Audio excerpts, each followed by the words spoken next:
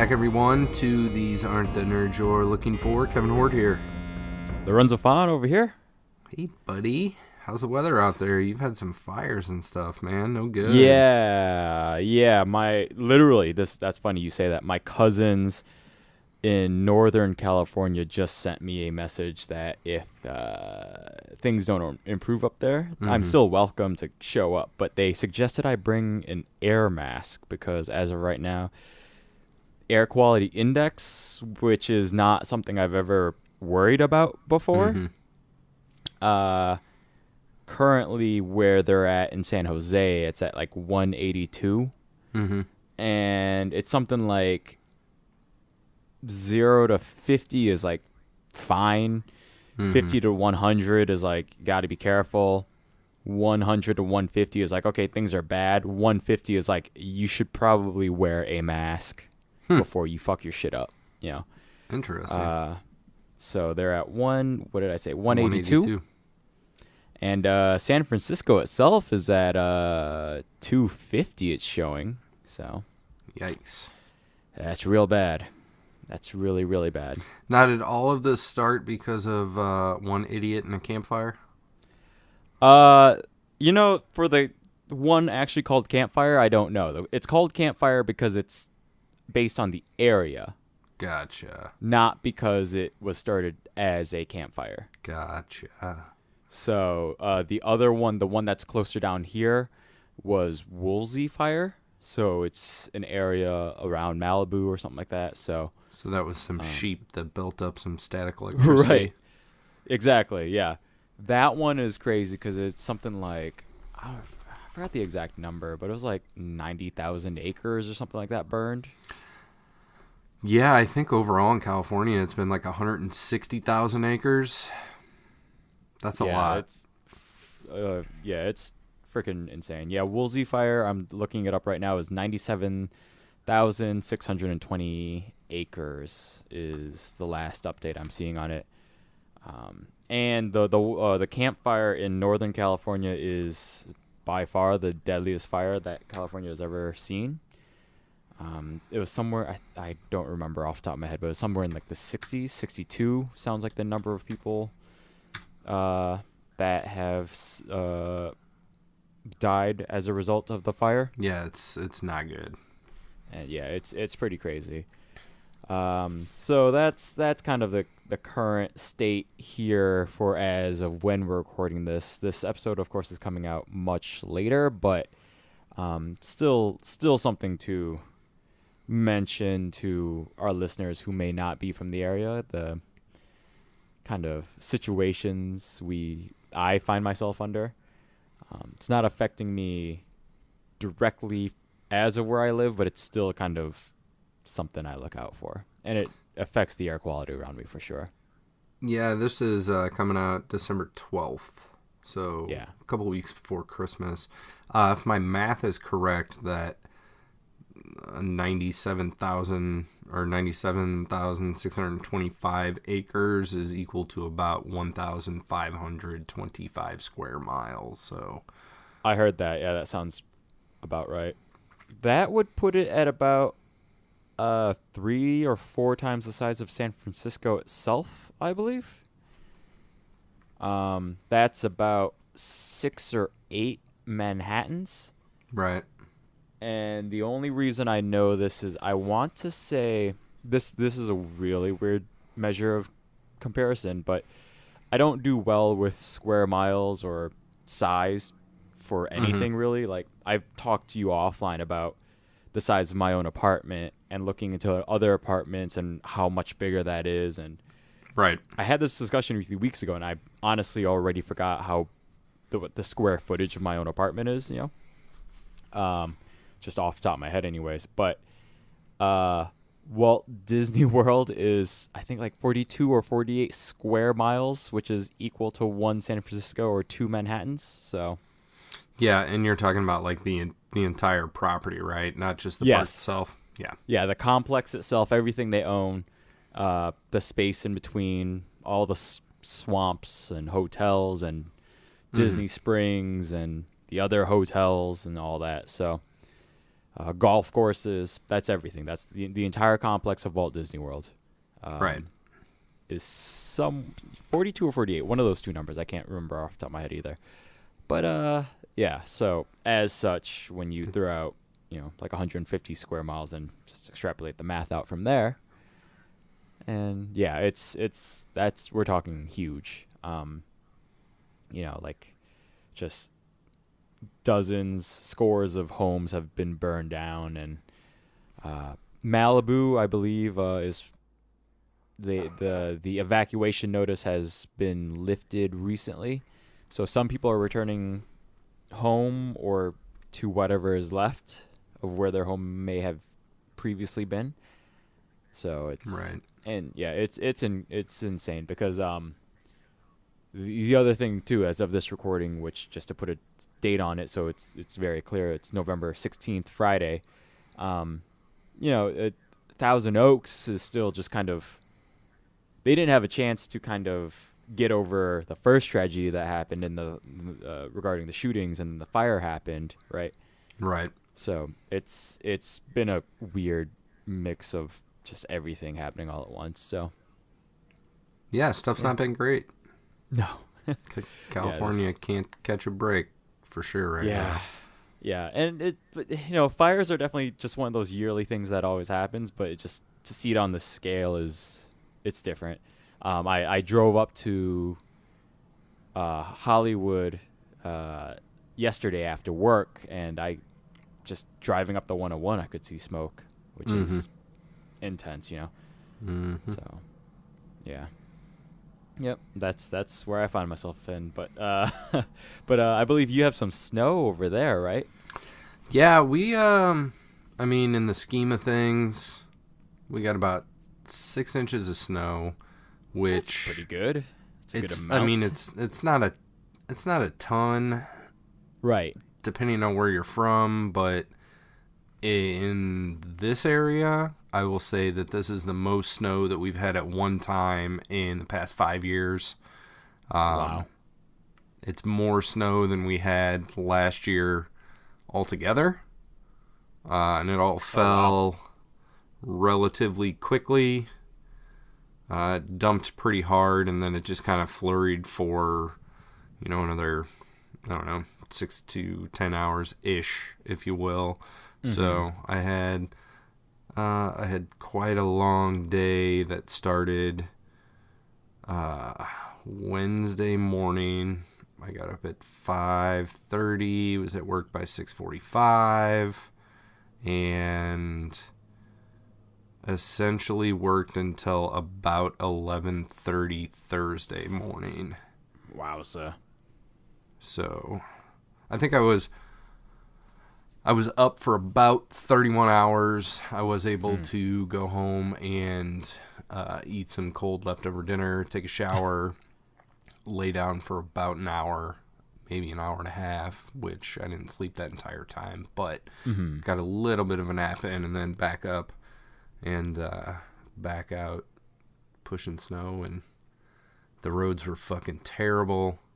MoDOT, Missouri Department of Transportation, failed miserably and just had a bunch of excuses about how they didn't pre-treat the roads because they had treated for a quote-unquote storm that happened on like Monday, because we got like a little bit of snow then, and it was a fucking mess. It was not good. That's not good. Yeah.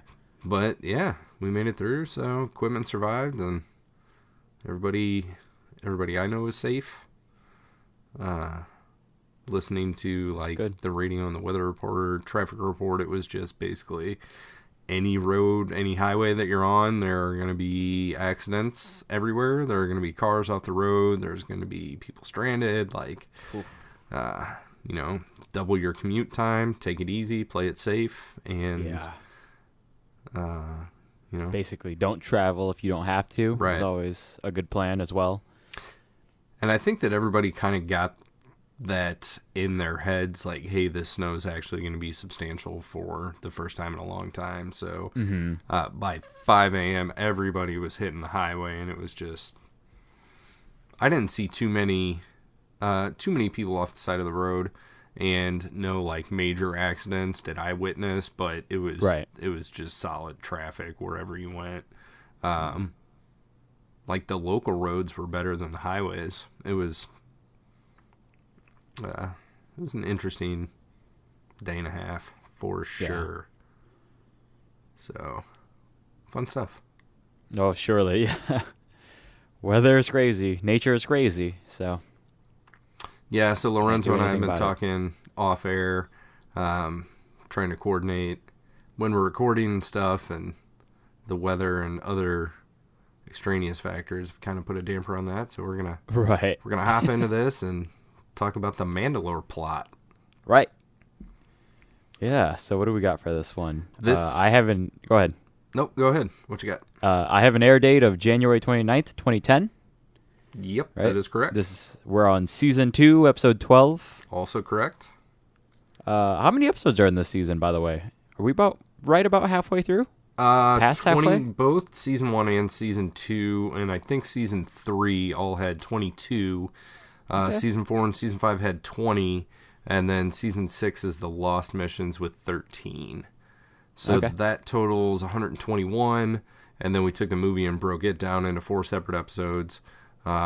For a total of 125, and then season 7, hashtag Clone Wars saved. Mm-hmm. We don't know yet. So, but for season 2, we're about halfway through, right? Yep. For season 2, we're a little over halfway. Yes.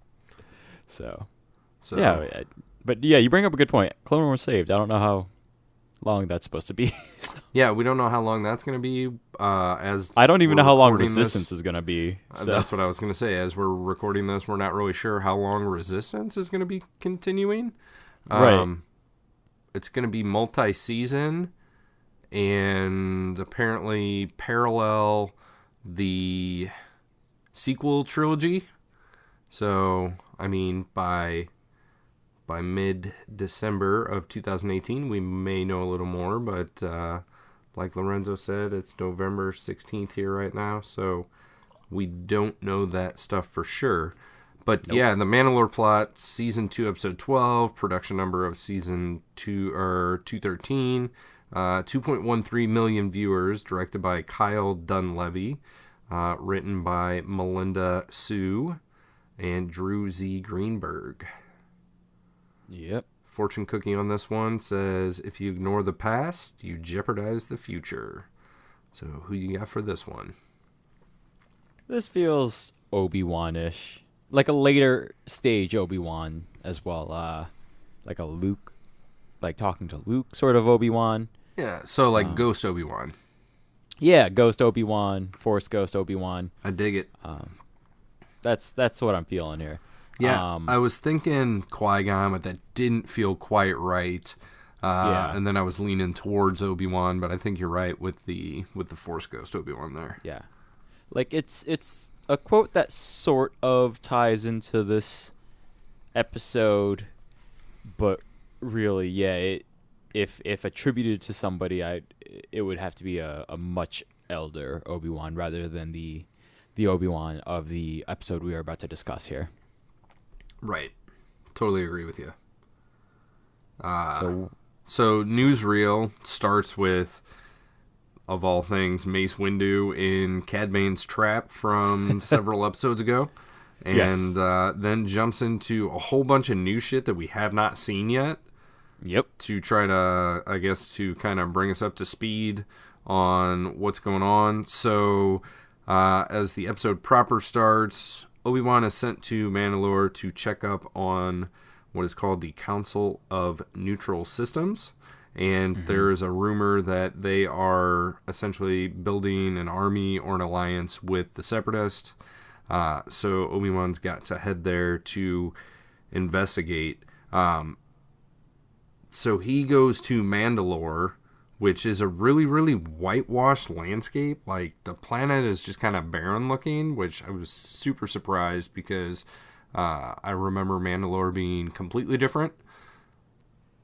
Yes, so we can talk about this now because I had no personal preconceived notions of Mandalore. Okay. prior to this episode. Okay. And I don't mean just watching it for this, but, through my first run of Clone Wars years ago. Right. As we've discussed, I never got into much of the expanded universe prior to Disney takeover. Mm-hmm. But I did kind of read up on this episode to double check if this was kind of the first exposure that we would get to Mandalore, at least from a current canon standpoint of Disney canon, right? So what'd you find out there? Which it is. So in terms of being that Clone Wars is the oldest material other than the 6 movies, that has remained canon. This is the first appearance of Mandalore in the Clone Wars TV series. It's kind of the big introduction for canon overall, I guess, as of now. But it seems like in the old Legends canon that Mandalore was a jungle, foresty sort of planet. So it was kind of, if I remember correctly, it was kind of like rolling plains and wooded areas. Yeah. So picture like Robin Hood, Prince of Thieves. Mm-hmm. So there's wooded areas and then just kind of the rolling hills that they're walking along to get back to Loxley Manor. Right. I picture it similar to that. The entire structure of the planet, the Mandalorian culture, everything is completely different. And that was stuff that, again, I brought up Karen Travis last week, 2 weeks ago during the Deserter, and that was the author that wrote a lot of the old EU Boba Fett stuff, Clone Wars stuff, clone stuff, and this is part of the whole reason that she jumped ship from Star Wars, because even though I know Dave Filoni is a big EU guy, he definitely went in a completely opposite direction of anything Mandalorian, and I can believe that if I had dedicated as much time and energy that she did, and then seeing this, it kind of looks like a big FU. So I probably would have done the same thing. Right. So this brings up an interesting thing to me, because this is one of the only pieces of canon that has been grandfathered into the Disney universe. And I find it interesting that we are dealing with something that destroyed old canon. Mm-hmm. And yet a big problem a lot of people have with what Disney did is that they destroyed all canon previously. Right. But it's issues like this, which is why I personally felt okay with them clearing the slate, just so that J.J. Abrams would have some wiggle room rather than just doing a straight adaptation of the story of Mara Jade and all of that, right? I do think that there is a way that they could have meshed things together, and maybe it would have been a too similar approach to what Marvel is doing with the MCU, where they're pulling bits and pieces and, maybe retelling stories in a different way, or kind of melding things together, or even characters together, or whatever, right?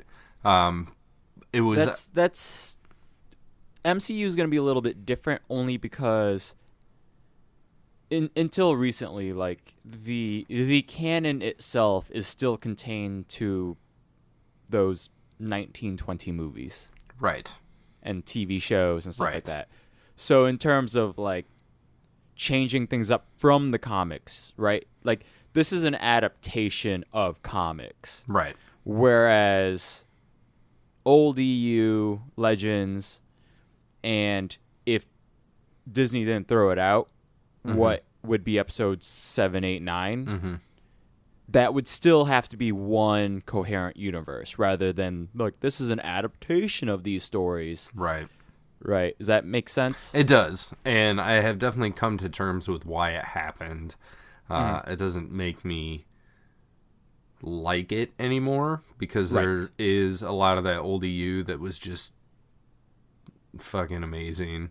And I mean, there's a lot of people out there that are so happy that it's all gone and thought it was all garbage. And anyway, so I get it. It makes sense. It's a logical step. Could they have not done that? Sure. Would it have been a hell of a lot harder for everyone involved and been way more convoluted and confusing? Yes. Right. So, because the other thing too is like you have to. I know you and I are a different breed. There are a lot of other fans that may even be more hardcore than you and I, right? That may have an even deeper knowledge. Because I will admit it. I will be the first to admit that anything outside of those 6 movies prior to Disneyverse, I had some knowledge of it, but beyond that, I was like, okay, like I understand kyber crystals, all that, but then once we get deeper into whatever happens after episode 6, and no, like I never got into it. Where the bloody hell was I going with this? There's always a bigger fish. Right. Yeah, I literally just lost my train of thought in the middle of this. But fuck. Yeah. I don't know. I don't know what else. I got nothing for you. Yeah, I'm so sorry. Nope, you're all good. It'll come to me. But anyway, so I don't. Yeah. Anyways, it just. Oh, sorry. I got it. It came back to me. So there will be people that will have all of this knowledge and they will ride with it. But you have to remember that there's a shit ton of children in 2015 that Force Awakens was literally their first Star Wars movie. Right. Right. You know, like this is the balance that has to be struck where it's like, okay, like I get we're trying to please all these old fans that grew up with it, but there is this new generation that also has to get folded in, and to some degree that's kind of what episode 1 tried to strike, that balance of like, this is a new thing and like kids will watch it, so here's Jar Jar, but then that one threw in a lot of fan service with like young Greedo, and so it's always it wasn't young Greedo though. Who was it? It was Wald. I don't fucking remember. It was a different dude. Anyway, okay. I get what you're saying. There was a young somebody in that first one that wasn't young Anakin. And who am I thinking of? Don't know. I don't know either. I'm so lost right now. Anyways, so I get what you're saying though. To bring balance to the Star Wars universe, as you bring balance to the Force, you have to destroy half of it and move on from there, right? So you need a Disney snap is what needs to happen. Speaking of the MCU. Some things get brought up. The other thing I did read that I found interesting is later visual encyclopedias and reference guides for Star Wars did have the interesting task of trying to retcon and meld these 2 versions of Mandalore together. Okay. And so even though we get an overall glimpse of this planet, which is very white and barren looking from a distance. Yeah, essentially from space, it kind of looks like Earth's moon. Right.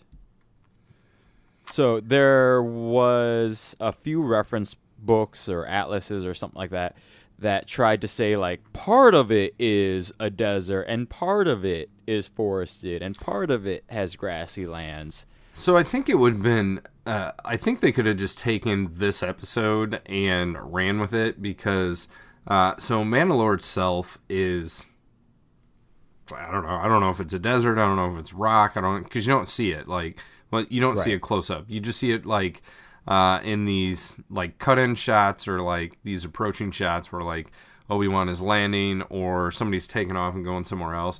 But then there is a moon of Mandalore named Concordia, and Concordia is more similar to like the old EU. So it's like all you had to do is like there you go. Like some of the stories were told on the moon, some of the stories were told on the planet. That's why there's a difference of terrain and whatever. I mean, Yavin 4 is the fourth moon of Yavin, but the moon is named Yavin in the Yavin system. So, like, who cares? Right. You know, easily somebody could just be like, no, this took place on the moon, that took place on the planet. It's all called Mandalore. You know, the Mandalorians call the moon Concordia, but really it's all the same fucking thing. And, like, we've run into this issue plenty of times, like, Forest Moon of Endor. Wait, like, is the moon Endor? Is the planet Endor? What are we talking about? We've run into it on this show before where it was like system has a name, planet has same name, moon has same name. And then there's other moon that has same name, and then there's just like a 2 after it. Like I think that's retconning a little bit hard. Like somebody's like, no, we need to fucking do this. And usually I'm the guy that's like, no, we need to fucking do this. But like, I get it. That's one so step that's pushing too hard to be like, no, it's on Mandalore. Right. So like, this just brings up the question of just why, if there was an established history or understanding of geology of Mandalore, why from a distance we would get these shots or so much would be changed. And like and I'm not saying it's perfect under Disney, but like this is the power of a story group. Right. So go ahead.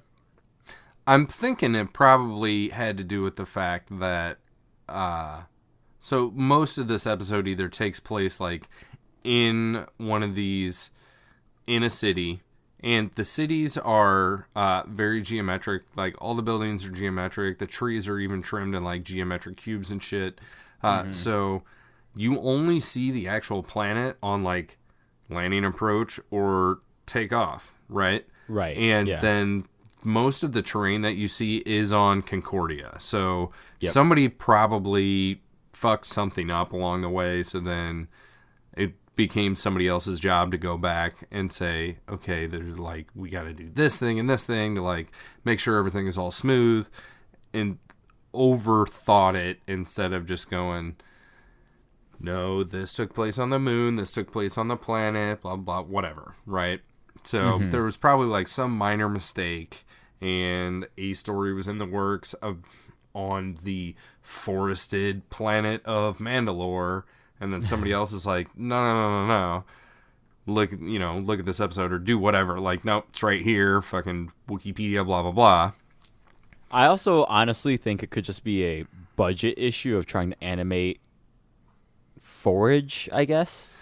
Yeah. Might be difficult. Maybe. But then why have just a separate planetary body? Yeah. I got nothing for I don't that. I don't agree with you on that one. I had to, the first time I was watching this, I had to like stop, rewind, because I think I was watching it on my phone on Netflix, and I was like, oh, something happened here with the fucking color, like something is wrong. So then I came downstairs and like put the DVD in, and I was like, nope, it's totally legit. But I thought there was an error in the picture because it was so whitewashed out. Oh, yeah. But to get back to the episode, after we see this whitewashed nonsense, Obi-Wan lands. He takes the most unsafe transport, like all the way across town through a complex of, it's almost, these cities are almost like mini Coruscants where like everything is connected and there's walkways and skyways and all kinds of shit, right? So he heads over to the palace, goes inside. There's a couple of Picasso like rip-offs in here. I don't know if you saw these. I noticed that too. Yeah. The first one that we see is who we find out is the Duchess of Mandalore. She is named in the her name newsreel, which I found interesting. Satine? Yep. So Yeah, I don't know what her last name is, well, I know what her last name is. I just don't know how to say it. I don't actually know what her last name is. I think it's Crytk or something like that. Anyway, she's just Duchess Satine. Oh yeah, Cry or Kryze. Kryze? Kryze. Yep. Kryze? Satine Kryze? Yep. Obi-Wan is met by the Minister Almec. Mm-hmm. They do a little bit of a walk and talk and kind of address what's going on. Almec says, he's basically like, yeah, it's great to see you, but this sorry state of affairs that brought you here and the lies that made the Republic send you here, you know Satine, she wouldn't turn against the Republic, yada, yada, yada. Obi-Wan says, I'm aware of her views. Almec talks about the violent past of the Mandalores and how that is behind them. This is where he brings up the moon for the first time, and he says that our warriors were exiled to the moon, but they have long since died out, which seems kind of Australian and crazy. Like, we'll just take everybody bad and like stick them on the moon, and then the fact that he says like that they died out, I don't know if he's talking about the people themselves or the culture. Right. I was wondering that too, because under what circumstances would they die out?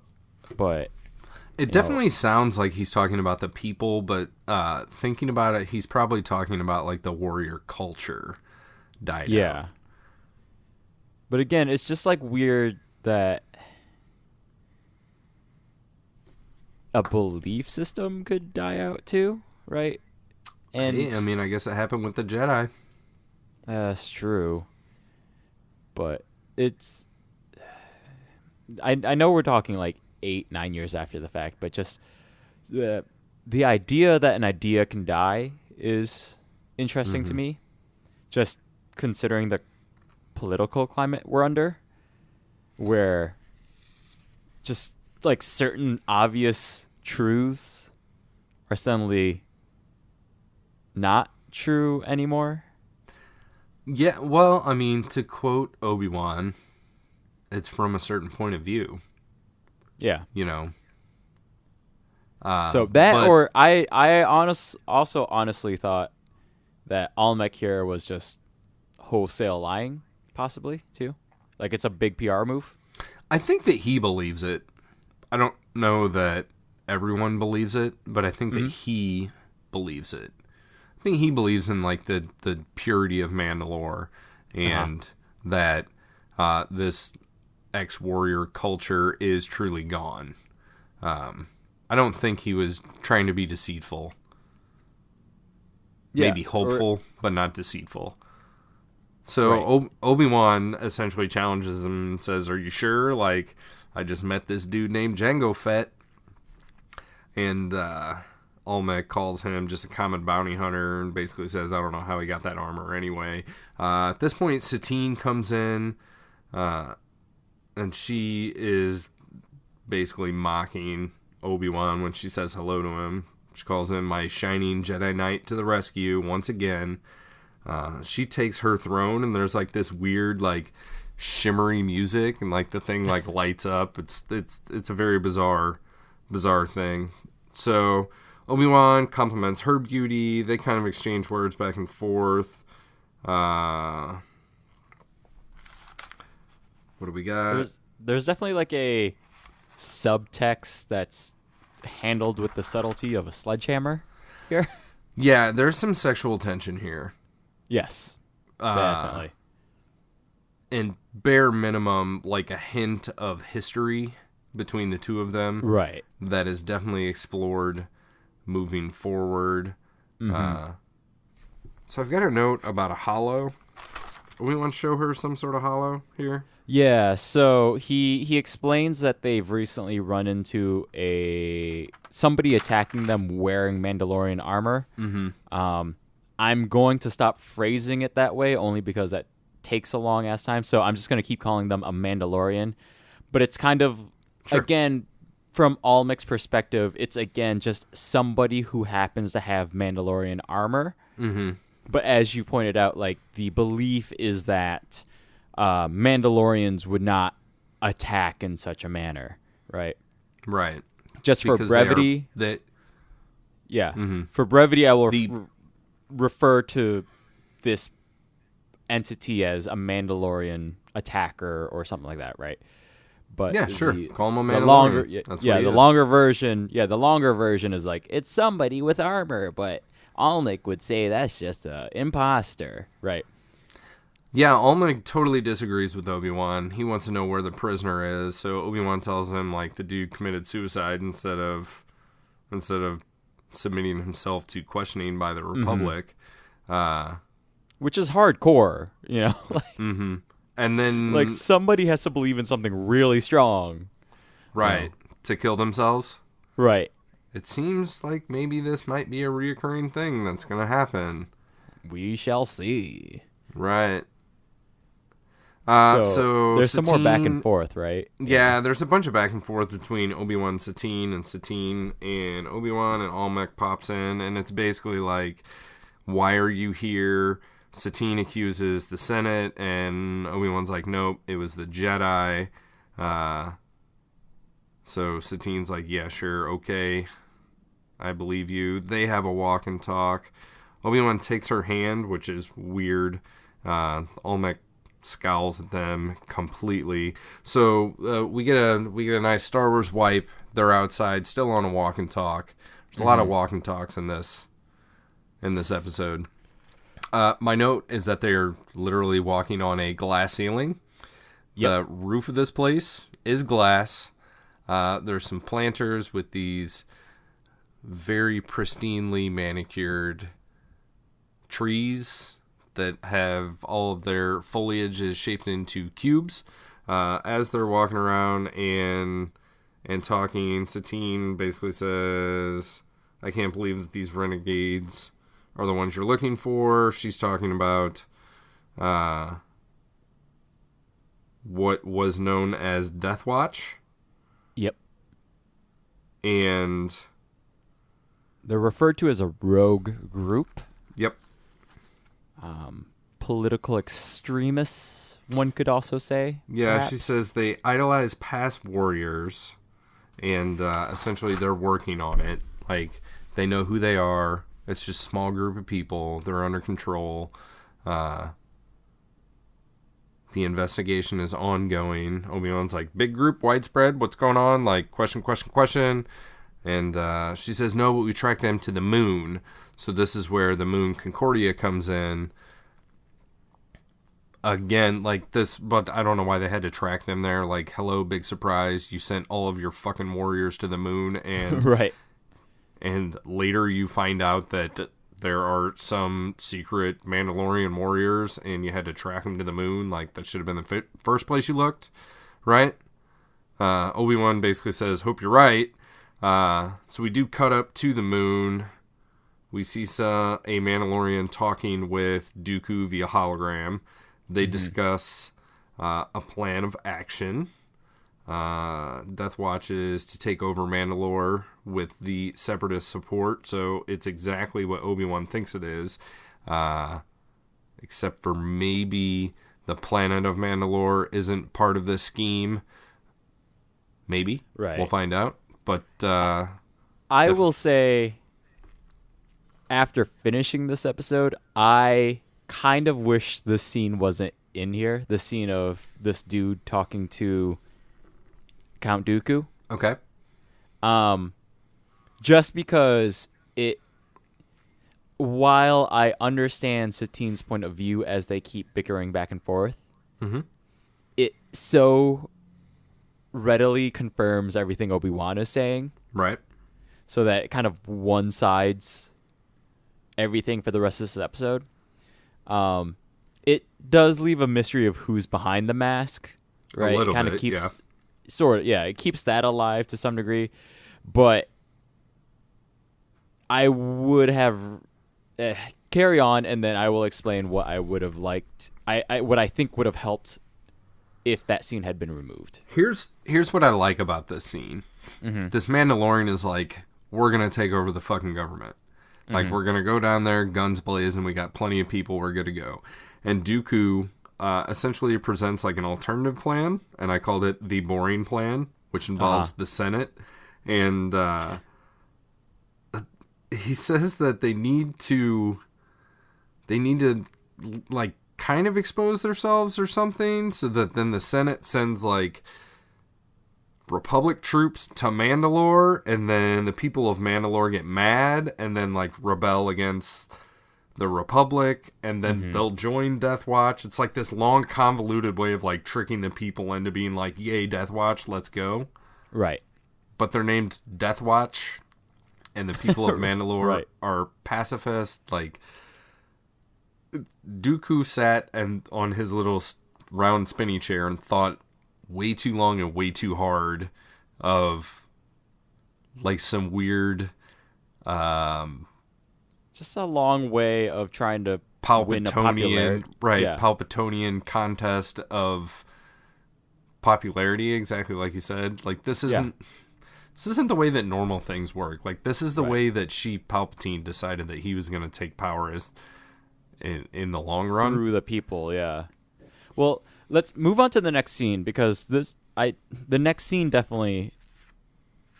So is this the next scene is back we in the get garden. some more walk and talk. They're debating what peacekeeper means, they being Obi-Wan and Satine. They're also talking about politics versus reality versus Jedi versus ideals, and then boom, like there's an explosion. Yes. All kinds of people screaming, a building's blown up. Satine actually runs in to help.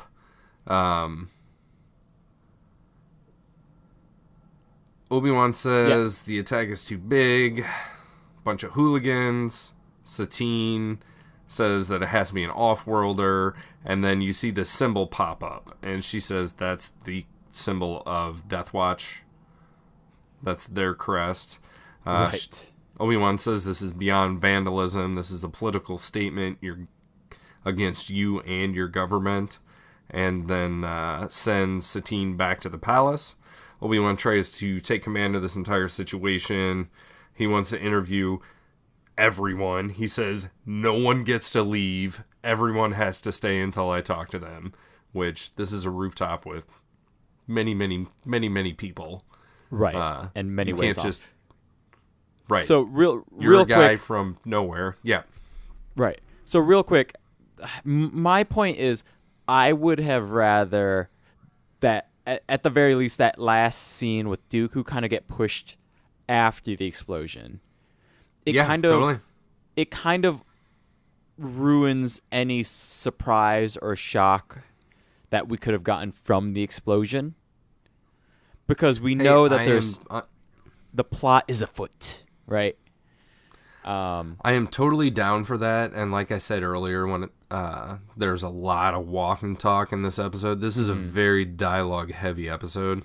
Yes. And it was probably put there to, like, break up Obi-Wan and Satine, like, walking around and being like, hey, I understand this, and I think this. Like, we get it. They have opposing ideals, and they have some sort of past that we don't know about, and for whatever reason we have, this is plot A is Obi-Wan and Satine disagree. Mm-hmm. Plot B is that there are some actual Mandalorians on a moon. Right. This is what plot A and plot B are. Right. Anyways, going back to where you were before, or unless there's something else, Nope, we're good. Yeah. So that's kind of the main point I wanted to make about that scene. Like, the explosion by no means surprised me, also because just knowing the show that we're watching, that there's always going to be some sort of action that happens if we get these long walk and talks. Not that to me the walk and talk isn't interesting, I just kind of know the show, you know. Yeah, no, for sure. Many episodes in. But intercutting a walk and talk scene with an even more boring thing of Another Dooku exposition suggesting heavy, that they use the Republic Senate to like get people to like Death Watch. No. Right. Yeah, exactly. I think that his plan of action is entertaining and comical. So that's what I like about that. But I totally get what you're saying. Like, it doesn't need to be there or it doesn't need to be in that spot. Right. So at the point where Obi-Wan says, I'm going to interview everyone, there's like one lone guy that takes off. So obviously Obi-Wan takes off after him. Satine also takes off after him, right? No, I don't recall. I think she she shows up because Obi-Wan corners this guy, and the dude shoots at Obi-Wan. Obi-Wan disarms him. Satine shows up.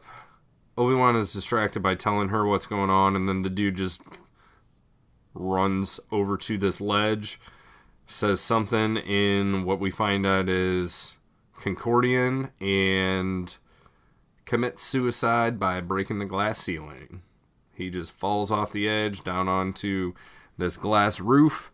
Satine and Obi-Wan, I guess there's conveniently like an elevator there, so they take that down and they're just like right out. The dude's not dead yet. Right. Which that was a surprise to me. Yeah, I didn't expect that one. They're like looking down at the guy and he's motionless and dead, and then they just kind of turn around, and then it shows the front of the building like from dead guy's level, and his hand comes up, and then Obi-Wan and Satine come out the front door, and then he's talking some shit in Concordian, which we never really find out what it is. Nope. Obi-Wan's like, what the fuck is he saying? Satine explains that he is using Concordian dialect.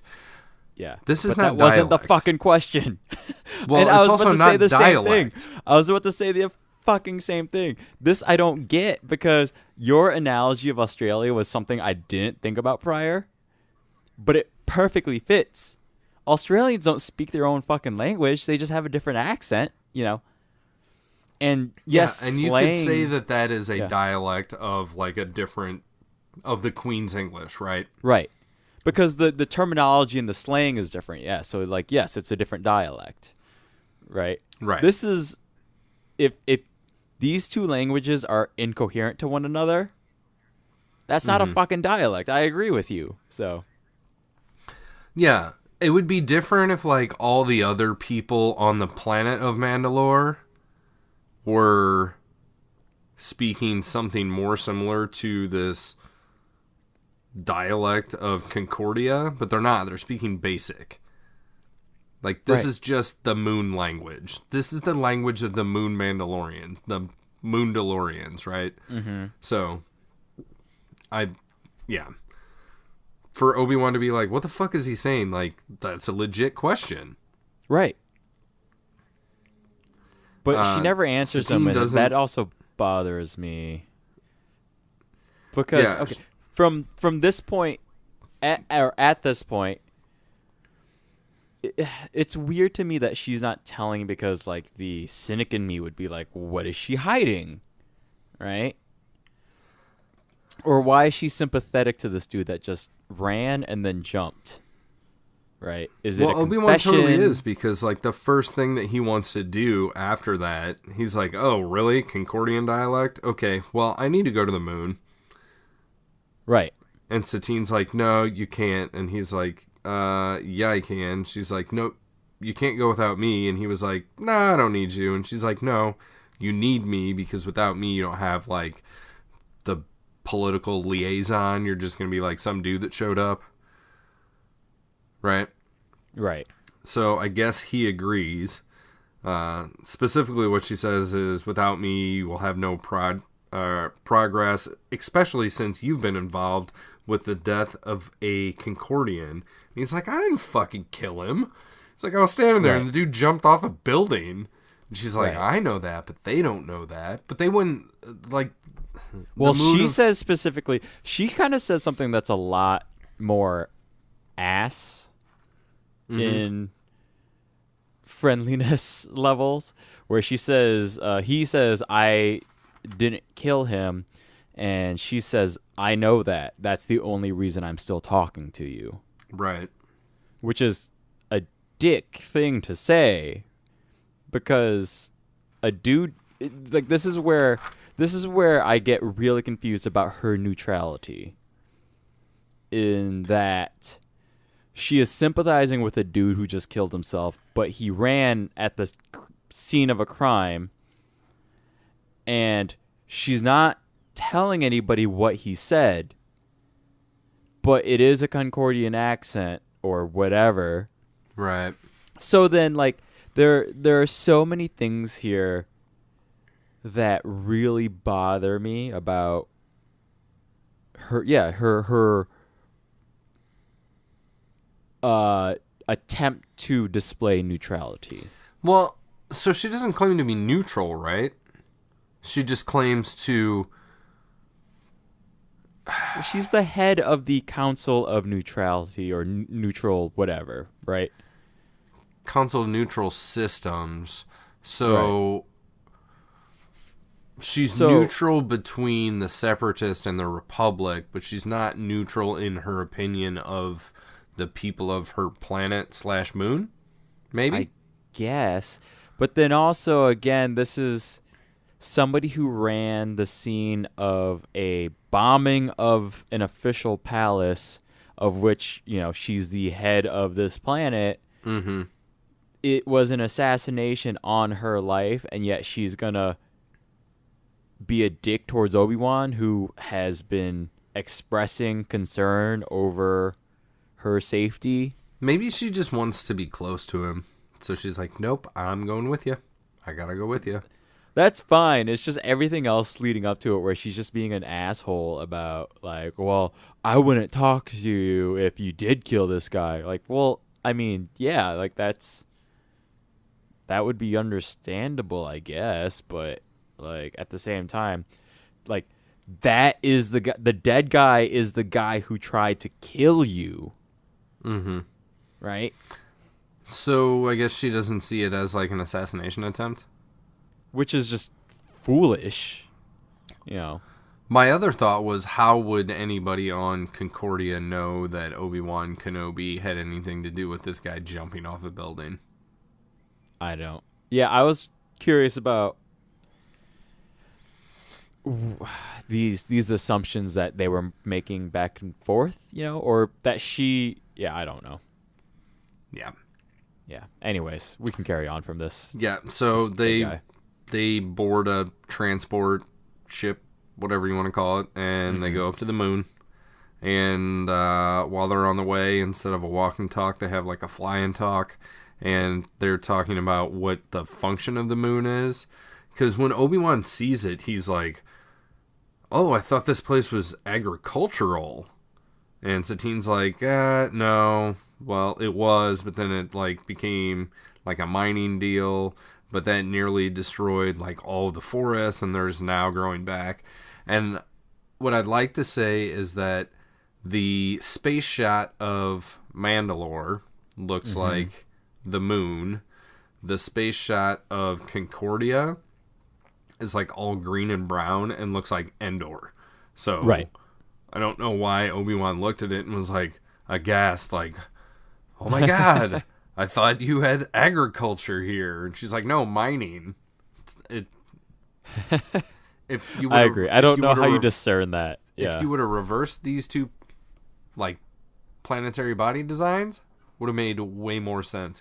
And not only that, he probably would have seen the moon on his fucking fly in to Mandalore to begin with. Yeah. Unless he just either wasn't in the cockpit or wasn't staring out the window. I mean, I guess that's possible. I mean, yeah. But the moon could be far away still, you know.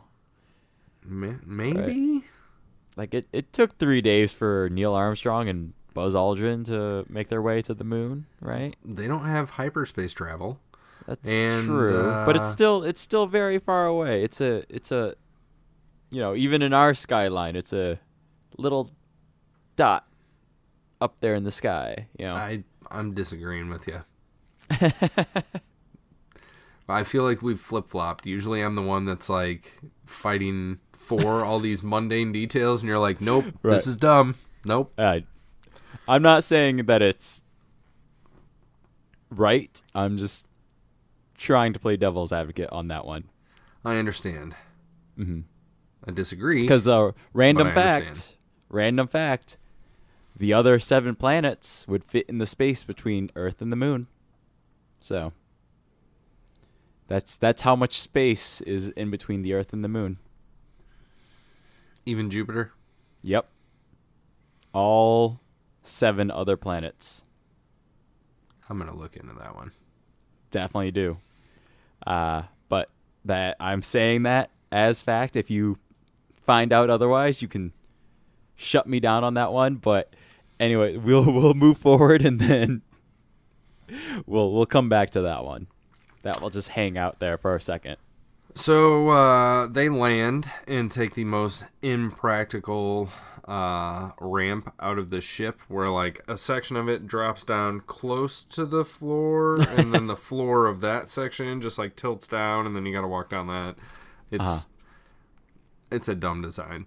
But we get to meet a guy that Satine calls Vizsla, and this is pre-Vizsla. I don't know. She pronounces it all weird. She introduces Obi to Vizsla as the representation from the Jedi Council, which I thought was odd. Mm-hmm. And Pre-Vizsla just basically jumps in and says that he's been looking for the members of Death Watch. So, like, he's on the case, too. Everybody's on the case of, like, trying to find Death Watch. Obi-Wan's looking for Death Watch. He just didn't know it was called Death Watch. Satine says her people are working on it. Then we meet Pre-Vizsla, who is like the governor of the moon. Is that his title? Yes, governor is what I got. So he's also looking for Death Watch. Yeah. So he calls out Obi-Wan immediately, and he's like, "Oh, you're the one that heard the rumors of Satine's desire to leave the Alliance and join with the Separatists." Obi-Wan says, "I seek only the truth." And then they discuss back and forth what happened with this runner bomber guy, and what his actions and motives would have been for bombing this shrine. And Obi-Wan accuses that dude of being in Death Watch, and Pre excuses himself, and he's like, "I have to attend to the body of the dead," because that was the premise for them going to the moon, is to like return this dead Concordian's body to the moon. Mm-hmm. So Pre's like, "I gotta take care of this body and identify the murderer," right? Yeah. Obi-Wan asks Satine to keep Vizsla occupied during dinner, and he just goes on like this weird mission to... He like runs over and steals a speeder bike, which I found out is not a speeder bike. This is a swoop bike. So I looked up the difference between a speeder bike and a swoop bike. This in particular is a Bolutar class swoop. And I was like, all right, what's the difference between a speeder and a swoop? And what I found was that a swoop, also known as a swoop bike, has a different type of repulsor lift than a speeder bike does. In fact, it is in essence simply an overpowered version of a speeder bike, and is described as an engine with a seat. Swoops are to speeder bikes what air speeders are to land speeders. So I thought that a land speeder was on the ground and an air speeder was in the air, but apparently an air speeder is just a souped up NASCAR version of a land speeder. I disagree with this definition. I think that a speeder bike, like a land speeder, operates relatively close to the ground, and that a swoop and an air speeder can increase their altitude, but they are not spacefaring.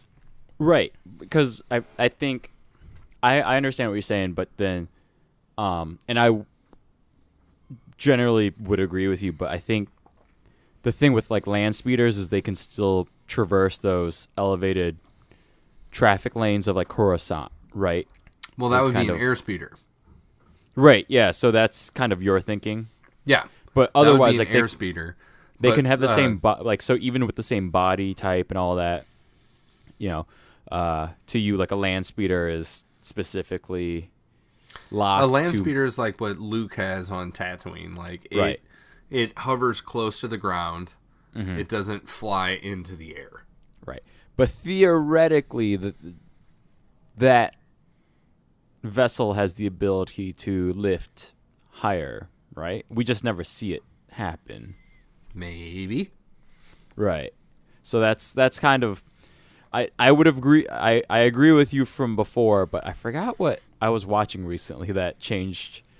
I think maybe it was the Lightsaber Lost episode where I was like noticing the speeders look very similar, so I'm like, oh, I guess, and I forgot to bring it up, but I'm like, oh, these things can, I guess, have to fly and travel in the same lanes as all these other things in Coruscant, so I guess there's the you're ability. Talking about with Old Man Dog Yoda? Right. Yeah. Yeah. Well, he takes a swoop bike from a police officer. Ah. So that's right. So he's just going real slow down that travel lane, but very high up. Yeah. Slow and steady, baby. Slow and steady wins the race. So yeah, I did have that thought too. So but I agree. Yeah, for something to be called a land speeder, in my heart I agree with you. It's something that would maybe be able to lift off the ground 5 feet tops, perhaps, you know. Yeah, and maybe even like 20 meters, right? But not like 200 meters. Right, yeah, not traveling these high lanes of Coruscant. Right. So, yeah. Anyways.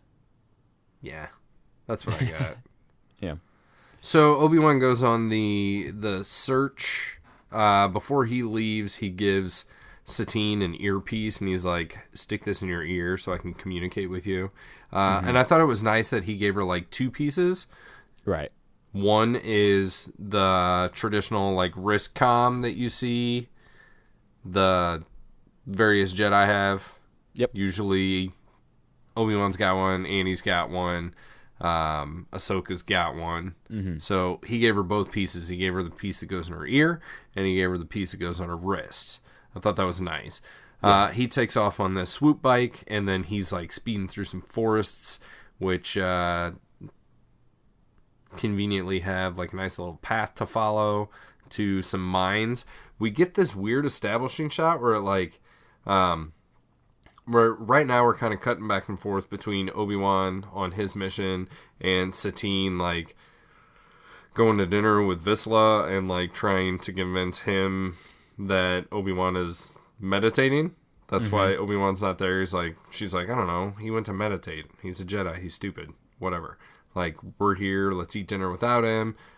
So it cuts back to you see a mine or some type of rocky outcropping. Then it slowly pans like over the ridge.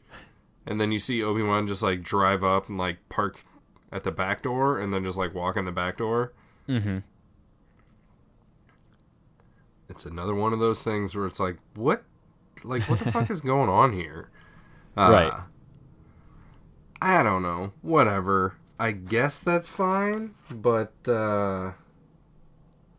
yeah. Yeah, it's odd. It's questionable. It's questionable why you would do this. Like, it's. At first, I thought like Obi-Wan was on a ridge, like looking down, and then it's like, nope, we're gonna pan to the left. There he is, like coming down the path. He's gonna park his bike. He's gonna like ring the doorbell. My note on it was like, yep, this is great security. Like, he just walks up and hits the button, the door opens, and he walks inside. Mm-hmm. So, supposedly these mines are supposed to be abandoned. They're totally not. Obi-Wan walks in and just finds, like, Mandalorian rocket packs, helmets, all kinds of shit, just, like, the beginnings of what you would need for armor. I'm sure if he would have continued deeper, he would have found chest plates and gauntlets and everything else that comes with it, right? He's attacked. He pulls his lightsaber. He tries to say that he's a diplomat. He's knocked out. Satine and Vizsla are discussing the source of all these rumors. And Vizsla suspects that it is Death Watch that is giving the rumors to the Republic to throw Satine under the bus. And they discuss whether or not the Separatists are behind it and who's helping Death Watch. Obi-Wan. We cut back to Obi-Wan, and he's like upside down in like this plasma jail cell thing. Yeah. Shall we call it? And he does not have his lightsaber. The Mandalorians have his lightsaber, so he just comms over to Satine, and he's like, yo, I need some help. Vizsla is talking about how long this scene is really clever because both Vizsla and Obi-Wan are talking to Satine, and Satine is able to respond to both of them, and her response is enough to like satiate Vizsla, but it is actually responding to what Obi-Wan is saying. Yes. So I really felt that this interchange was clever, and I'm not going to go through it line by line because that would just be a little bit ridiculous. I will bring up that the Mandalorians do seem to drink martinis. Yes. Yep.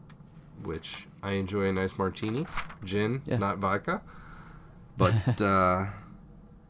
we can move on from that. We got a whole bunch of dialogue. Satine eventually leaves. She just takes off running, grabs a swoop. Apparently, Obi-Wan's got a tracker. She tells him she's on the way. The Mandalorians that knocked Obi-Wan out, like, receive a kill order from somebody. They're going to use the excuse that Obi-Wan was in a fatal accident. So they put him in this machine that looks like it's supposed to, like, just crush ore down. I don't know. Some type of mining thing. So Satine is on the way. Obi-Wan is like giving her clues, but not actually telling her where he is. It looks like he's going to be crushed. She ends up coming in. She starts an alarm, so the Mandalorians like run off the opposite direction. Then like she hops over, finds the computer. At the last second, she shuts it down as like these big hydraulic presses are like coming down to smash Obi-Wan. The Mandalorians come back. She has to fight them and then kick some weird cylinder thing. Everybody has like super mutant kicking abilities in this episode. Kicks the cylinder thing and it lands like in some gears right when Obi-Wan drops down onto it. So he does this cool ass maneuver where he lands in a handstand and like pushes himself all the way up to the ceiling and then jumps off the wall and drops down and does some pretty quick ass kicking, which was pretty awesome. He and Satine both take the elevator to leave because they're like, once these two dudes are knocked out, they're like, fuck this, I'm out of here. They leave immediately by going up an elevator. They're both talking shit to each other. The doors open. Obi-Wan straight double punches this, I guess, guard. That was the elevator guard. I don't know. Yeah. I feel bad for this guy. Maybe he was just like standing around like, hey, I'll hold the door. Like, I'll hit the button for you. Sure. Like, what floor do you need? I can tell you where you're going. And doors open and Obi-Wan straight double punches him, knocks him out. Goes down. Yeah. Done. They are spotted by some other Mandalorians, like, because now they're outside and there's, I don't know, like a ravine or super valley or something in between them. So they're spotted by these other Mandalorians, and I will say that all of the armor on all of these guys looks very, very similar. Right. It's the same as the way that the clones look, where all the clone troopers have like the same white armor, and some of them have like some differential painting on them, so you know who they are. Same thing with these Mandalorians, but most of them are not named. Like we get one later, but other than that, these are anonymous Mandalorian warriors, hench folk, from, or I guess they're Concordians, if you want to call them that, but no, they're Mandalorians, right? Mandalorians, yeah. So they're spotted by some other Mandalorians. I guess Obi-Wan sees them because he starts frantically trying to close the door of the lift, as they call it. Mm-hmm. The Mandalorians open fire. Obi-Wan again grabs Satine's hand and like pulls her around the corner, and it's basically just like out of the elevator up against the wall, and then they duck. One of the Mandalorians gets a good shot on the elevator, which I guess breaks it, and then it just like plummets down the elevator shaft and looks like it falls like 2 or 3 floors, and that's donezo. Obi-Wan does not have his lightsaber, doesn't have his blaster. We get these 3 Mandalorians that are sent in to destroy them by a guy that appears to be in charge. So Obi-Wan like force grabs the blaster from the dude that he knocked out. He's got some fancy shooting, takes one out, and then he grabs like the rocket pack off this dude's back and throws it out in front of him, shoots that. It blows up. It appears to knock these 2 other Mandalorians out. But it doesn't. I guess it only takes out one because the other one comes in just like diving through the smoke cloud, takes Obi-Wan down. He pops back up. He's ready to kill Obi-Wan. So Satine does exactly what Satine would do and throws a rock at the guy. Yep. This is damsel in distress, like, hey, don't hurt my savior, and throws a rock at him and just like bounces off his helmet. The guy looks at her, which enough of a distraction that Obi-Wan can just sweep kick his legs out, knock him down, and I guess that knocks him out. I think. I don't know. I don't remember him doing too much more later. I think that guy goes down, Satine is like hiding behind a rock, and Obi-Wan's like, oh my god, are you okay? So I don't know if she was like shot or if she just like, I was fell confused down, by that too. because she's kind of holding her shoulder. But she's fine otherwise, I do believe. I don't think she actually got hit. I think there's just concern on both sides that a lot is happening all at once. So I don't think anything actually happened, but it's just one of those genuine reaction moments to the mayhem that's going on around them. That makes sense? Yeah, it's hard to tell.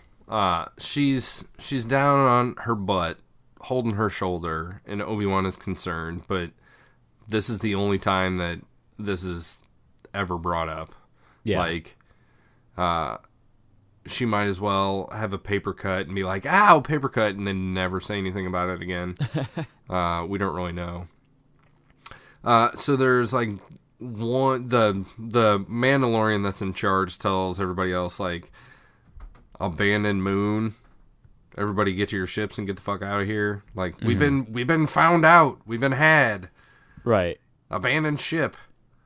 I don't know, whatever. So he and I think it's like 2 or 3 other Mandalorians, doesn't matter how many there are, fly over to where Obi-Wan is, and then he stops, unmasks himself, and we find out that this is pre-Vizsla. He was in charge the entire time. Mm-hmm. He is in charge of Death Watch. That's who these guys are. And then he gives this nice speech and says, for generations, my ancestors fought proudly as warriors against the Jedi. Now that woman tarnishes the very name Mandalorian. Defender, if you will, and then throws Obi-Wan his lightsaber. Obi-Wan ignites the blue. Pre-Vizsla ignites the black. And he has what is the what it's called, the dark saber. Dark saber, right? Not dark Death saber. Dark saber.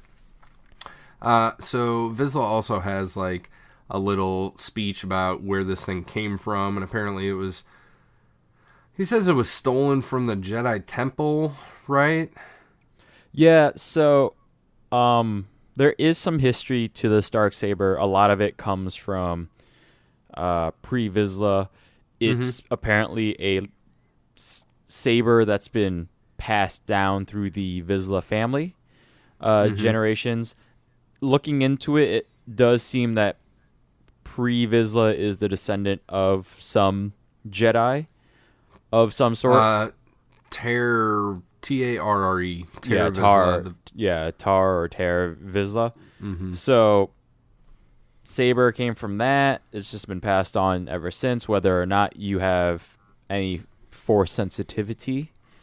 But yeah, the saber has its own interesting characteristics. This is, I do believe, the first appearance of the darksaber. It comes into play later in the greater Star Wars universe. But this is our introduction to it. It, rather than the round-ish blade of, or no, just even the blade part of a lightsaber. Okay. It has the traditional kind of flatness to a, like a katana. It's not flat like a broadsword. That's a good description, is katana style blade as opposed to like a rapier style blade. Yeah. Cuz so it's definitely got flatness to it, but it also, even just from a side angle, the blade itself still has a curve. It's got like an arc to it. Yeah, it's got an arc. So so closer to a katana rather than like a medieval long broadsword. And even just the I don't know how to describe this, but when the thing is in motion, there's a different motion blur that's given to the darksaber, whereas the lightsaber kind of has that natural blur that we would expect from any object in video or in film. There's a natural blur that happens. The darksaber kind of has, you see kind of the entire arc of the motion stay on screen for a lot longer than usual, and that arc of motion is it's not blurred per se. Like it is. It's just I just don't know how to describe it quite right. But instead of having like what I'm saying, right? Motion blur, it's got like motion bleed to it, where it looks more like a so rather than the natural blur of like a motion picture, so whether that be film 24 frames or video 30 frames, it's got the look of like a long exposure photograph. Does that make sense? So like you keep the shutter of the camera open for a bit, and you kind of capture all that information as the sensor captures all of that, but in the realm of motion. So my curiosity, I don't know how else to describe it, because this, because film and motion picture it's always trying. Our eyes do pick up a certain amount of blur, right? And this is why higher frame rates freak us out, because number one, we are used to the way film looks. And there's a thing about 48, 60 frames, 120 frames per second looking a little too real, right? But nonetheless, there's always some sort of blur that we see in real life, all the same, which is why there is something about film that feels natural. Yeah. And the way we're trying to describe this is it's less of a blur and more of like just almost like a shift in shape. Right. Yeah. So like you see the path that it has gone through. We'll call it like a light trail. Where, yes, yeah, it's like a Tron light trail, from the Tron cycle light trails. Yes, that's a really good way to put it. And it takes a little bit for the trail to like catch back up to where the blade actually is. Yes. That's perfect description right there. We worked through this. We figured it out. Right. So that I found interesting, and as you were starting to say, the hilt is a different shape too. The hilt is squared off. It's pretty geometric, kind of like the design of their all the buildings and stuff on Mandalore. So yes, I guess that's pretty appropriate if it was built by an ancient Mandalorian about 1,000 years ago. The architecture of the buildings and the architecture of the hilt of this thing, they kind of match. And then just one last thing to get into with this Darksaber. It has... It's never confirmed, looking forward to canon, that we get to understand about this later. So we're just going to go into a deep dive of it now, I guess. It won't really spoil anything. But again, we're going to a deep dive of Clone Wars. I'm assuming you've seen all of Clone Wars and perhaps other Star Wars stuff as well. Perchance. But there is an interesting belief around the Darksaber that is very similar to the Elder Wand from the Harry Potter Wizarding World series. Okay. In which that, yes, the saber is being passed down through the Vizsla family, but there is some sort of belief system around it that it's only truly owned by somebody who can defeat the previous owner. Which there's like an allegiance, right? Right, yeah. This is to be said of the saber. I don't think there's evidence of this, and I think other characters in this universe see a lack of evidence for this, but there are other characters that make this claim of this lightsaber. But to be fair, we kind of have this with lightsabers even to some degree. Force Awakens kind of gives us this tease that lightsaber is talking to Rey, This is a theme that comes up a lot in fantasy and science fiction and science fantasy, especially. The other object that I can think of with properties or some sort of mild sentience, I guess, some sort of allegiance. So Elder Wand would be the big one.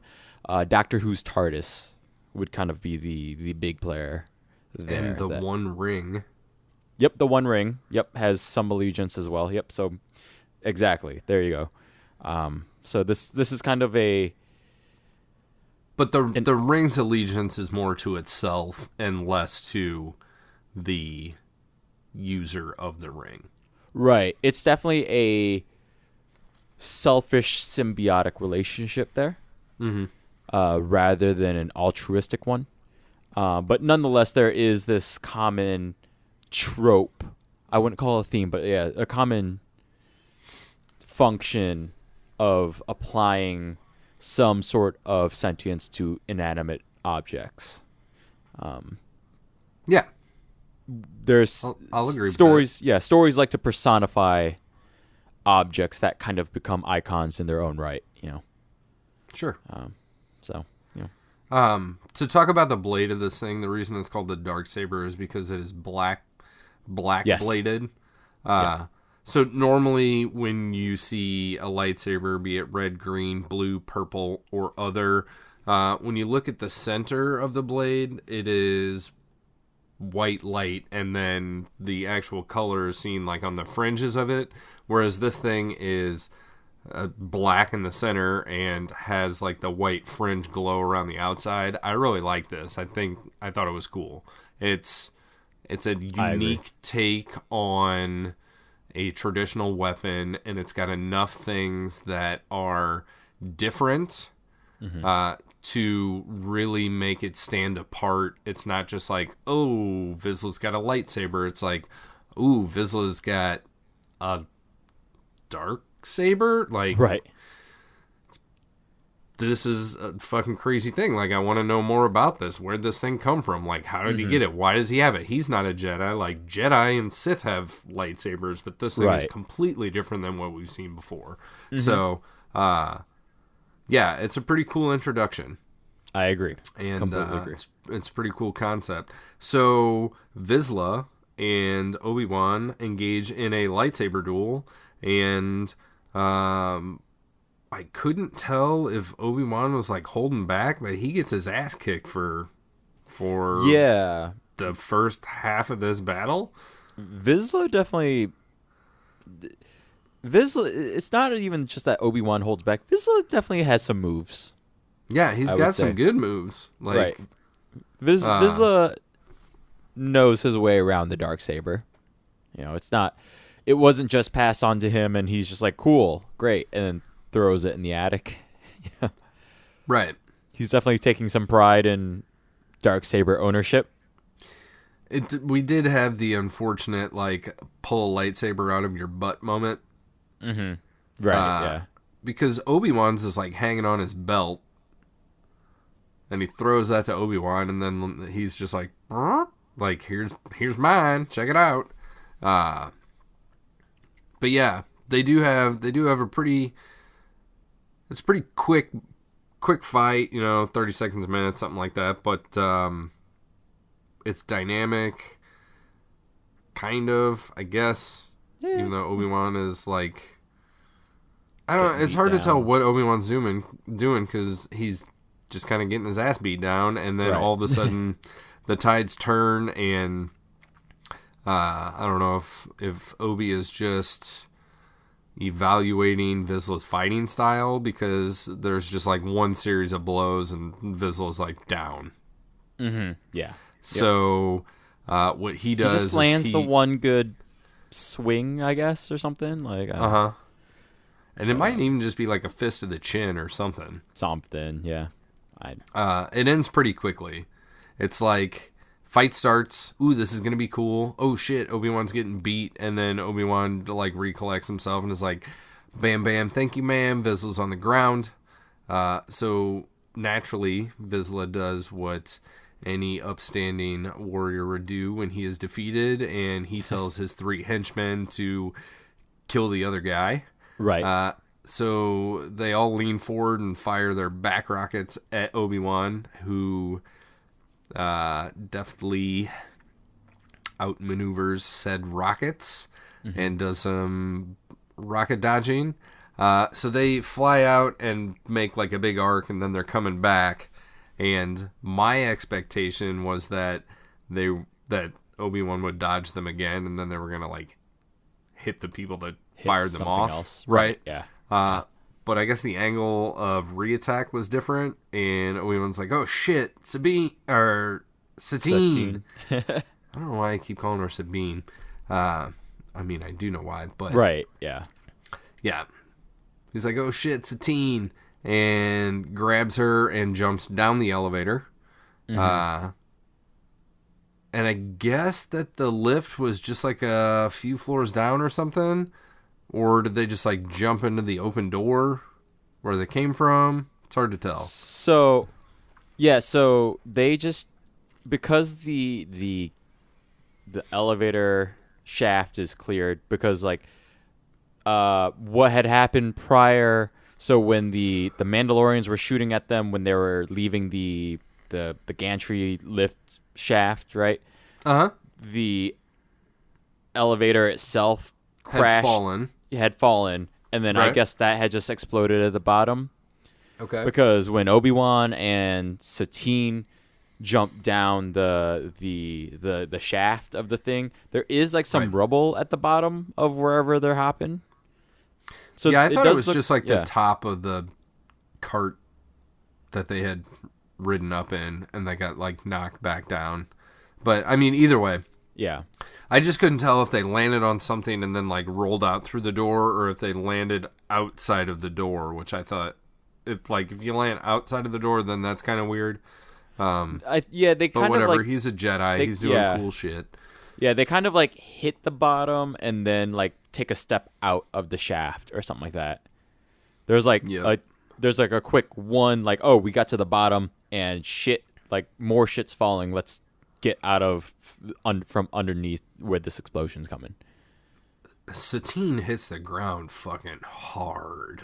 Right. Yeah. Satine goes down. Obi-Wan just bounces on top of her. Yep. Just covers her up. So. Whoops-a-daisy. Yep.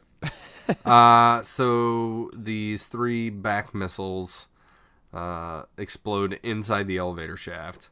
One of the Mandalorians asks Pre Vizsla, should we go after him? And he says, no, there's not enough time. Right. I don't what's their... What is coming? Why? Yeah. Yeah, what's their time constraint? Right. I got nothing from that one, too. So they hop in a ship and leave. Obi-Wan and Satine are seen like exiting a different door, kind of limping back to some swoops. Right? I honestly don't recall. All I know is they make it back to the main planet. Yep. They go down to actual Mandalore again. Yep. Mm-hmm. And Obi-Wan again is like, go ahead. Yeah. So it should be mentioned that the city is Sundari. I don't think it ever gets mentioned in this episode. Mm-hmm. Does it? I agree with you. But yeah, so just one of those things that we usually kind of bring up is the issue of like, are things named or not named? There is a specific city, which is Sundari, and it never got mentioned. But that's good to know. Before we move on and close this shit out, that's just that's where we are. That's where they have been when Obi-Wan showed up to Mandalore. So we have one final walk and talk. Yep. Of this episode, and it's this. I called him like Satine's aide. I didn't know who this guy was, right? Mm-hmm. He's not named as a person. Nope. There's him. There's Satine. There's Almec. There's Obi-Wan. Right. Mm-hmm. And so this one aide is like, oh, Vizsla's gone. Now we'll never know where Death Watch. Like how expansive their reach is. Obi-Wan again says, oh, the Separatists are supporting them, and then Satine's like, maybe not, don't be so sure.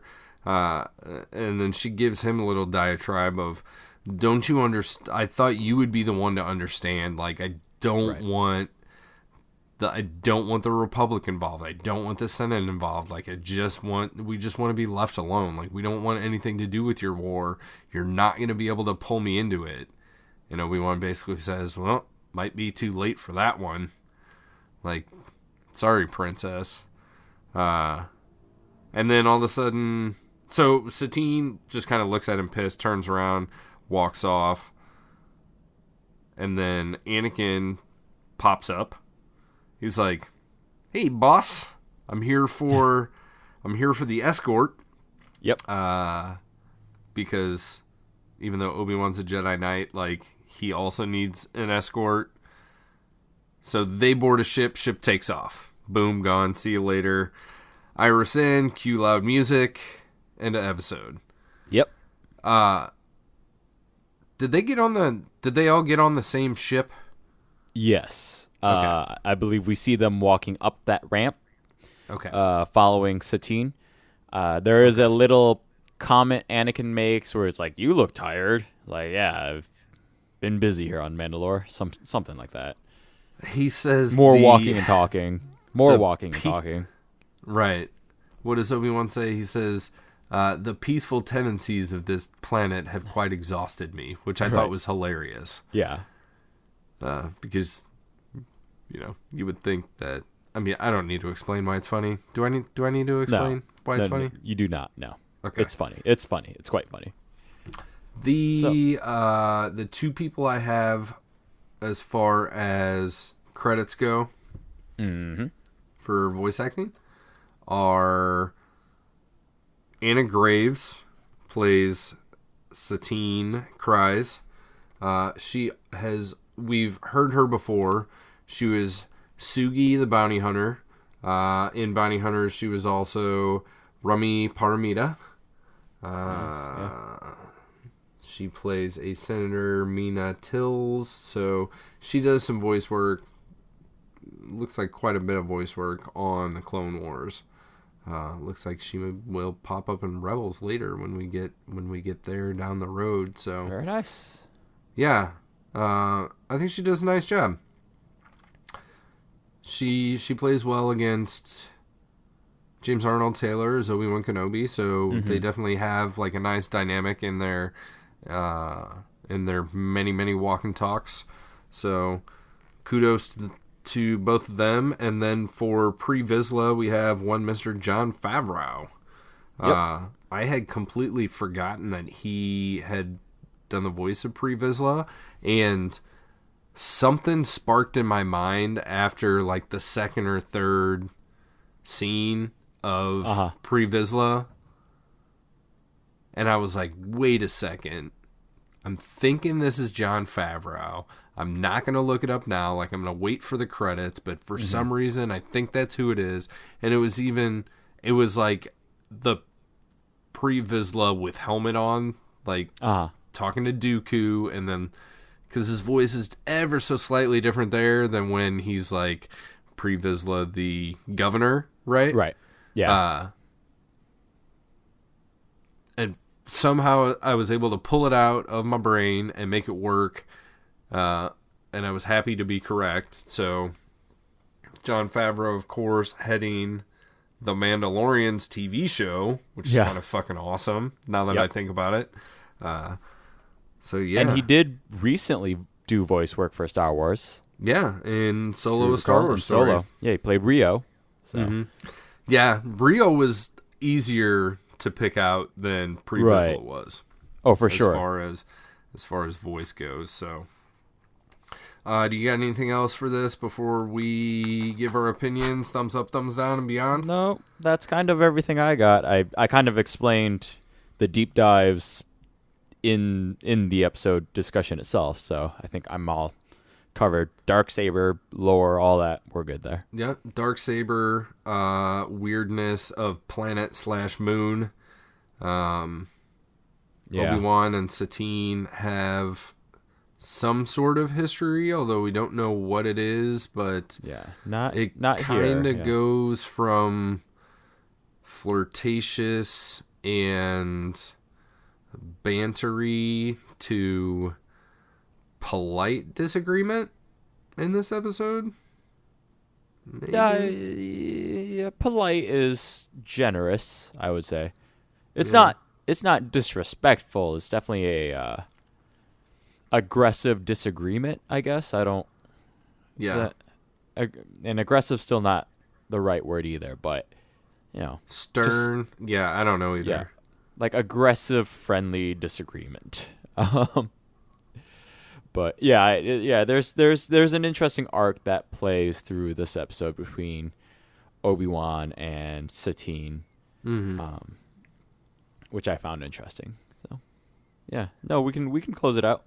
Yeah. So thumbs up, thumbs down. I struggled with this one a little bit, but I am gonna give this one a thumbs up. The Darksaber's really awesome. Yep. It does finally introduce like the armored Mandalorians, which kind of everybody, I guess, should have figured would have been coming during the Clone Wars. Maybe not. Maybe it was just me like waiting. But we got the clones, and now we got the culture of where the clones' DNA came from. Right.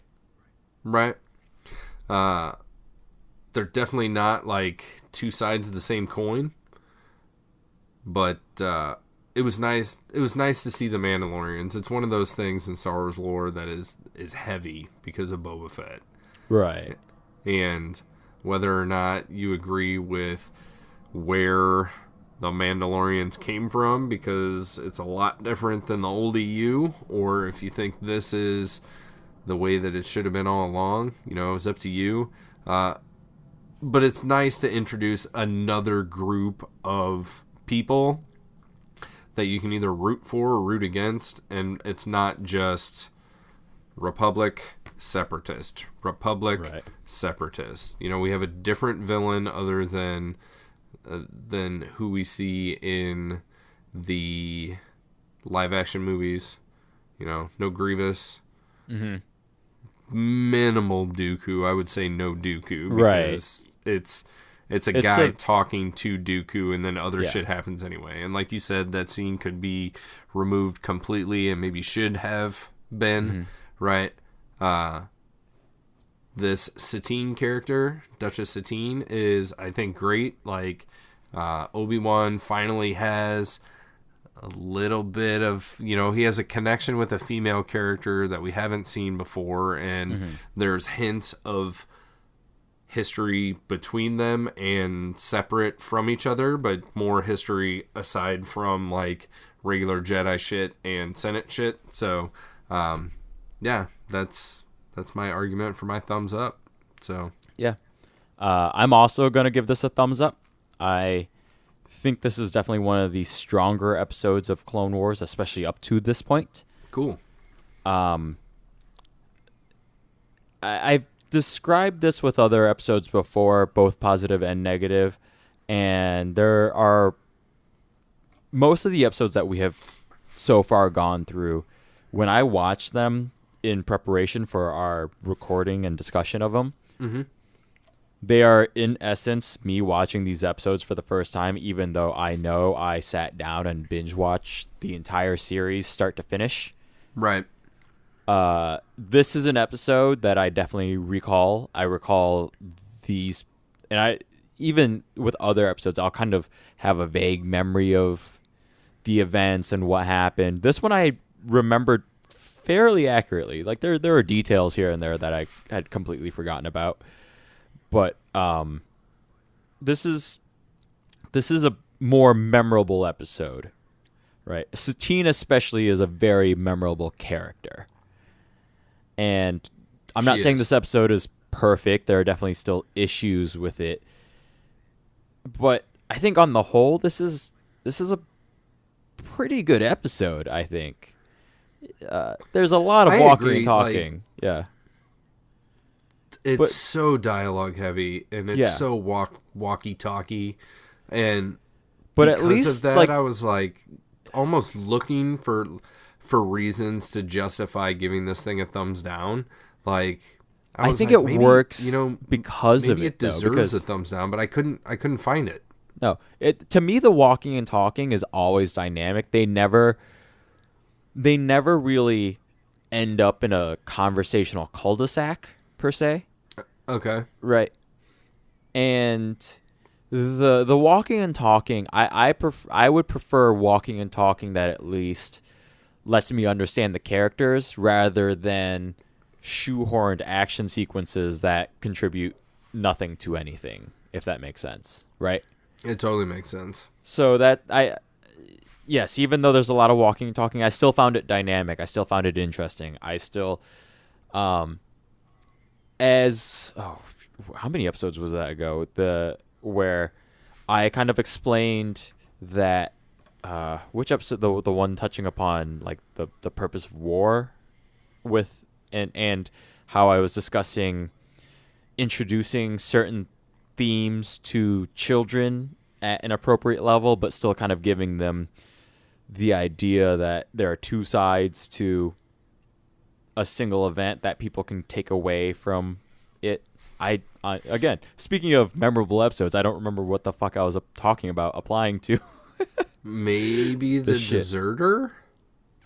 Deserter sounds right. That sounds exactly like the one it would have been, yeah. So, like, purpose in war, purpose in life. Maybe. That sounds like that's what I would have been talking about. But here's another one where it it's seems like... the most appropriate. Right. So, I like the idea of kind of trusting that a family can sit down and that a 7-year-old will still be engaged with dialogue, that you don't need to dangle something flashy and action and explosions to keep children entertained. There's a level of trust and maturity even in a show meant for 7-year-olds, right? I gotcha. So I appreciate that, and as an adult watching it, I think it plays well. So yeah, I think this is definitely one of the stronger episodes of Clone Wars. I don't know if I would say it's the best. I honestly couldn't tell you which one I think would be my favorite episode thus far, but it's I will definitely not say this is the best, but right. It presented enough enjoyable elements to me that I couldn't argue my thumb downward. Right. And I liked it. It was solid. Yeah. There was some good stuff in here. One detail that I did forget to bring up is I said that there's at least 2 Pablo Picasso things in here. The first one was a portrait of Satine, and it is a very the way that you think of Picasso. It's Picasso the Cubism. style. It's definitely the Cubism Right. Picasso. Yeah. And then, did you see the second one? I don't think I did notice the second one. So when we're introduced to Pre Vizsla, the governor, he's standing looking out a window, and it's kind of like an overhead shot of the meeting room that he's in. Hanging on his wall is another Picasso painting, and that one has shit that's straight ripped out of an actual Picasso painting. I don't remember. I should remember this because I have a degree in art history, but it's like the bull. Oh, I know what you're talking about. Yeah. I think it might be just called the bull. I don't remember. It's a big ass one. It's 6 feet tall and 12 feet wide, something like that. But there's elements that are straight pulled out of that, and then instead of a bull in the middle, it's a Mandalorian, and then in the bottom right corner there's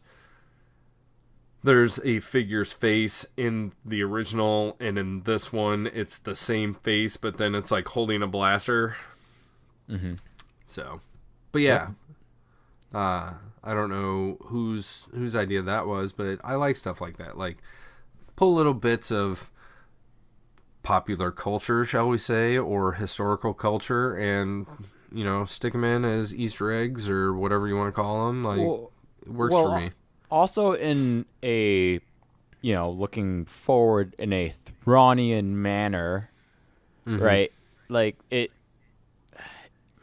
It's a visual way to explain the culture of this world, right? And as somebody who did not have previous attachments to the idea of what Mandalore should be or is or whatever, Right. I agree with you. It was really nice to get an episode that finally pulled back the curtain on what Mandalore is beyond Boba and Jango. Those were the only ins we had to Mandalorians. Okay. So for an episode to bring up issues of we are not warriors and there's a lot more to us. We are now a peaceful country and we have this culture, and this culture includes this art that we see here, right?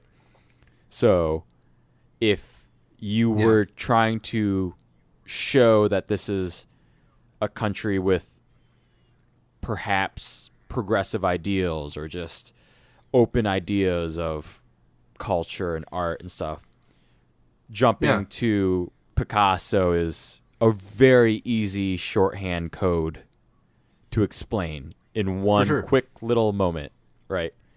Okay. Right. I like how you're re-explaining to me why there's certain things in this episode that I liked. Right. Because so it's in filmmaking terms, it's coding, right? So like depending on how it's used, on some hands, like Easter eggs are one thing, but then coding is like a. That's funny. My Siri just went off for some weird reason, but coding is kind of a another layer where it's like a visual shorthand to explain to an audience an unfamiliar thing through familiar terms. So just think of like anything X-Men, right? So like, oh, we're fighting for mutant rights, or mutants aren't humans, and blah blah blah. Well, like in the 60s, that was code for civil rights, you know? Right. Like, and nowadays it's code for gay rights, right? Right. So it's totally makes sense. That same idea, right? So it's like a shorthand to get you to understand what the mutants are, or to sympathize with the mutants, or just understand what's happening there, right? Right. It's just a visual shorthand to be like, hey, this is a cultural thing that the Mandalorians covet, and that Satine is cool with this depiction of her, rather than the you know, like say if we got like a Renaissance style painting, right? Right. Like a super straightforward, realistic oil painting of her, right? That would convey something else about who Satine is, or who the Mandalorians are. Okay. Yeah, totally. Right. So that's what I pulled out of it. I was like, yeah, that's what I pulled out of seeing that that one art piece of Satine. So yeah. Yeah, I'll have to try to isolate that other one. I don't know if I'm going to be able to, but we'll see. So, yeah, I didn't notice the other one, but I'll go back and take a look. But yeah. So otherwise, that's all I got for this episode. Cool. So if you would like to isolate that picture and send it over to me, you can do that on Twitter at NotTheNerds, or if you prefer to talk to Lorenzo, check out Facebook, Not the Nerds Podcast. Email is notthenerdspodcast@gmail.com. We are on many different platforms as far as downloadability and listening ability. So when you tell your friends, find out where they listen to their podcast and have them search out These Aren't the Nerds You're Looking For. Thanks to Kevin Warren over on Twitter at They Call Me KDub. He's our illustration guy, illustrator dude. And Lindsay over at strangefantasymusic@gmail.com. Thanks to you for putting together our intro outro music. Other than that, next week we've got Voyage of Temptation. I've been Kevin. Lorenzo Phan over here. These aren't the nerds you're looking for. Bye-bye.